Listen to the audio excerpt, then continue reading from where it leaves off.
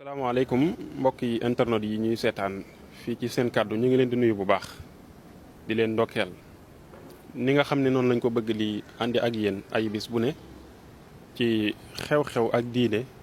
ñeel lépp lu aju ci wërlaayu Sénégal gi muy société bi ñu waxtaan ci ak yéen tey dañ ko bëgg a ubbee ci tomb bu am solo boo xam ni mbokk yi démb la fi jaar ci benn émission boo xam ne ñoo ngi ko doon seetaanandoo ci TFM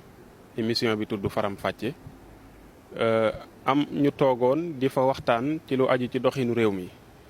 kenn ki di ku ñuy wax Madiambal Diagne kenn ki di ku ñuy wax Babacar Justin Ndiaye ñu yëkkati fa ay kàddu yoo xam ne dafa engagé communauté musulmane bi engagé tarixa suufiye yi nekk ci Sénégal yépp ndax ay mag bu ñu toogee mu mel ni ay mag lañ yoo xam ne koo ci natt ay atam dana ëpp juróom fukk jëm kaw seenu njaboot di leen seetaan askan wi di leen seetaan ñëpp di leen seetaan république boobu sax ñu doon plaider di ko défendre muy république du Sénégal bi di leen seetaan amuñu benn gêne ci di fen ay fen yoo xam ne ñoom ñi koy wax xam nañ ne dañuy fen askan wi leen di seetaan di diglu li ñuy wax it xam nañ ne wala boog ñu bari ci ñoom xam nañ ne ñii ce sont des menteurs loolu moo tax ñu jóg tey ngir leeral askan wi loolu ñu doon wax la ca doonul dëgg ñu génneel leen ko xamal leen ne lii du dëgg la ca àndul ak objectivité itam ñu xamal leen ne lii objectiful te ñoom ñaar ñoo ko doon wax te ñi ngi leen di tuddee ay journalistes yu mag a mag. dinañ leen defal itam rappel historique ci Madiambal Diagne moomu ak journalam boobu ci ay njombe yu mu baaxoo def wala yu mu baaxoo bind di ko jëmale ci niti diine yi di ko jëmale ci kilifa yi. loolu lépp danañ ci dikk ci minutes yu gàtt gàtt fañ koy tàmbalee mooy génneel leen fen yooyu ma leen wax ne leen Madiambal ak Babacar Justin Ndiaye ñi ngi ko doon def démb. bu ngeen dégloo émission bi dégg ngeen ci biir Madiambal wax ni kilifa diine yi ci réew mi amu ci kenn koo xam ne am na influence ci voteloo nit ñi. wax na ci itam ne li nga xam ne mooy daayira ak kuréel yi nga xam ne militaires yi ñi ngi koy def loolu. danger bi ci am ak menaces yi ci am moo gën a garaaw sax yu Boko Haram loolu xam ngeen du wax ji objectif danañ ci ñëw léegi waaye ma njëkk a ñëw ci li mu wax ni kilifa diine yi amuñu benn influence ci voteloo kenn amul benn kilifa diine bu mas a joxe ndigal nit ñi jëfe ko loolu la wax ne kilifa diine gu ci mas a joxe ndigalul voté nit ñi dañoo passé à côté dem def leneen loolu Madiambal maa ngi lay xamal ne la foofee day fen nga fa fen yu rëy rëy yoo xam ni bu ñu la delloo ci histoire jox la datu 1988 ci élection yooyee président Abdou Diouf moo fi newoon Sëñ Abdou Lahad Mbacké la mu waxoon discours la def publiquement wax ni képp ku moyele saw carte Abdou Diouf war nga Serigne Touba jox ndigal taalibe yëpp. booba Abdou Diouf mi ngi gagné élection yi au premier tour ci 73,20%. keroog ba tey jii may wax ak yow amul benn président bu fi mas a gagnéwaat ay élection ci premier tour gagné ko lu ëpp ci 60%. keroog 73,20% Abdou Diouf gagné na ko élection yi. élection yi ci topp muy 93 58,40% la ko gagné jotul sax 73% ya.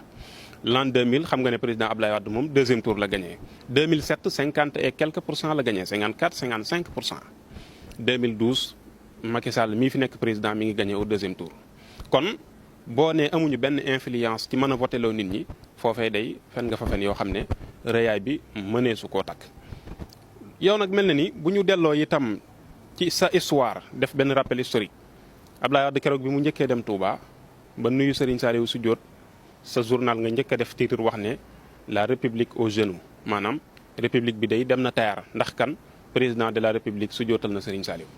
moo ne barki dem boo njaayee ci lu yàggul dara day gis nga président Macky Sall sujjootal jigéen ca Espagne te moo ne day booba bindoo ne république bi dem na teer. kon objectif oo ci sa propos yooyu nga xam ne yaa ngi ko yëkkati ci wàll woowu ñu doole la ci it ne yëkkati woon nga fi benn titre boo xam ne yaa ngi ko titré woon sa journal ci jamonoy Cheikh Mouhamadou Lamine Bara mu nekkoon xalif général des Mourides nga wax ko ci soxnaam mu nekk kaddu yi ñaaw ñaaw yoo xam ne ay nit jugoon nañ bëggoon la cee fitnaal nga gaaw dem Touba tuubi loolu kon mel ne na loo baaxoo la mel ne na loo aadawoo la ba ci bërki dem boo njaay Serigne Béthio Thioune mi nga xam ne moo fi bàyyi ko bu yàggut gis nañ titre yu ñaaw yi ngi ci def keroog bi nga xamee ne convoqué nañ ko mu tawat nekk Bordeaux ay docteuram wax ne mënta ñëw ba ki ko woolu ci wàllu yoon wax ne dara jotu ko day tappale keroog yaa njëkk a génnee sa journal titré wax ne Béthio dévoilé ñun ñëpp xam nañ ci wolof nag lan mooy Béthio kon la tax nga utiliser expression boobu nga ci teg ne Béthio dévoilé ak ñàkk teggin féetewu ko kaw. ñu tegaat ci semaine ba ca topp Cheikh Béthio wàcc ab liggéey ñu denc ko Touba nga titre waat beneen titre bu ñaaw wax ni Béthio dans la chaleur de Touba.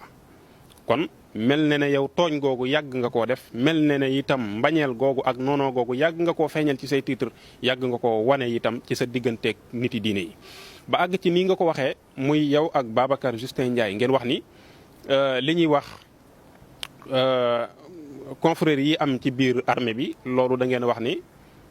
menace la àndal yoo xam ne moo gën a garaaw Boko Haram. jublu ngeen ci sëñ Moustapha Sy Al Maktoum mi nga xam ne yor na ay taalibeem yar leen jàngal leen ba noppi di leen solal ay yëre yu nuroo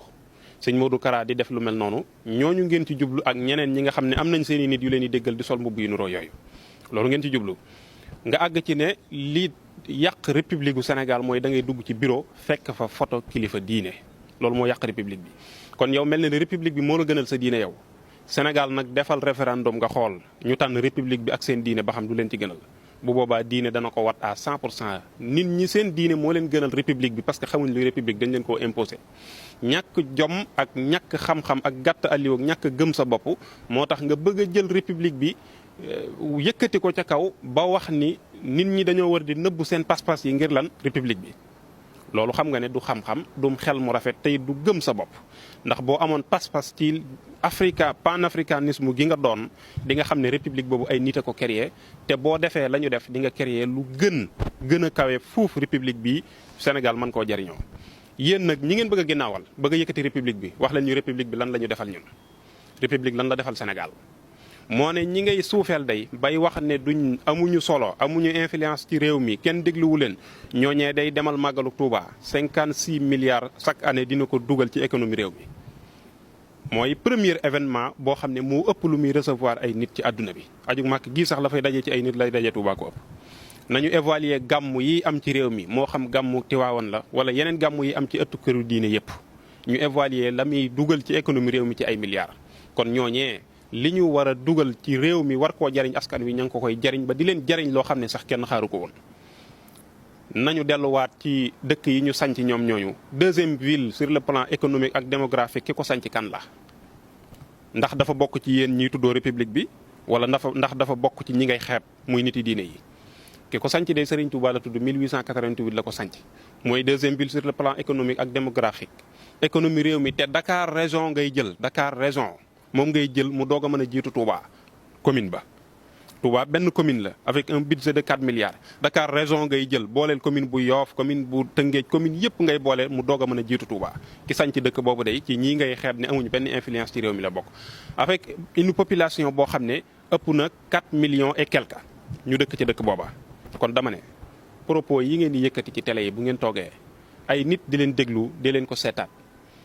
am na ci lool nag ak rataxle ak mën a kàcc waru faa yóbbu doomu aadama ndax àdduna jëru ko te réalité yi li mu joxe mooy nit ñi xamuñu sax luy république yéen a leen ko bëgg a imposer mais xamuñu sax lan mooy république jëlal sa micro nga tàllal ko nit ñi laaj leen république mooy lan kenn du la wax lan mooy république luñ fi indi la copier ko coller ko te diine jee ko fi njëkk. l'islam mi ngi dugg Sénégal am na ñu ne 13e siècle la fi ñëw am ñu ne 12e siècle la fi ñëw république bi ñun ñi ngi ko tàmbalee xam kañ 1960. le Sénégal nekk un pays république kon diine du fi nekk 13e siècle ba fii may wax ak yow nit ñi di dund ba mu def ñu nim ñu def te bañkat yi nga xam ne ñoo bañ ba Sénégal am indépendance tey jii résistants yi nga mës a dégg yépp ci réew mi ay nit yi diine lañ diine leen produire ñooñu ngay xeeb di wane ne amuñu benn influence résistants yi nga xam ci réew mi ñëpp ñu taxaw résister ak tubaab yi ba am li ñu am tey am indépendance bii ñu am tey am souveraineté bii ñu am tey ñooñu ay nit yi diine lañ duñ ay nit yoo xam ne ci seen i école lañ génn yéen. kon ma ne objectif leen ci li ngeen di wax li ngeen bëgg a éliminer mooy daayira ak sukk ak raam ak wormaal sa kilifa loola nit ñi dañ koo gëm te moom lañ yaakaar ci seen i kilifa di leen ko toppee mënu leen koo dindi ci ñoom. ñi ñuy toojal Cheikh Modou Kara mu génn ay taalibeem toojal ko nañ ko moo général loola moom ba ilaa yawmi diini mënoo ko fay jëlee fi lay des. sëñ Moustapha Sy Al Maktoum mu génn am ay nitam yu ko topp sol ay mbubb yu nuroo di ko sécuriser loola ba ilaa yawmi diini mënoo ko fee jëlee te lu mu leen waxee loola la ñuy jëfe ndigal lu mu leen jox loola la ñuy jëfe moo ne élection yi partem dem na ci élection yi de waaye ba nii kenn déggul mu joxe benn ndigal ne na taalibe yi voteel samay parti ndigal li nga wax ne nag sëriñ si dañ koy joxe muy échec maa ngi lay waxal ne la 1988 la fi ndigal mujj am ba fii may wax ak yow tey amul benn kilifa diine xalif général laa la wax de bu ma sa joxe ndigal budul sëñ Abdou Lahad ginnaawam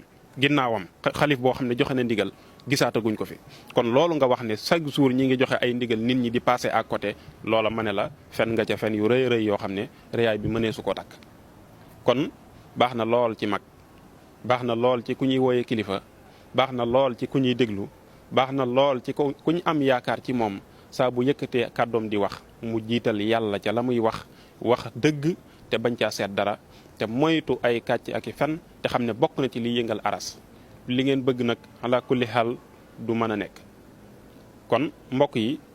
mën nañoo taxawandi foofu incha allahu taala jox leen ab dox daje beneen ay bis incha allah ci beneen tomb boo xam ne daañu ñëw firim fàcce ko lëñ bët ko mbir mbiti waxtaane ko ak yéen incha allah. di ngeen mën di joxe seen i xalaat ak seen i gis-gis itam ci commentaire yi bu ko defee ngeen wéy di abonné ndax bépp vidéo boo xam ne def nañ ko incha allah ngeen mën cee teel a jot bokk ci ñi koy njëkk a jot wasalaamaaleykum wa rahmatullah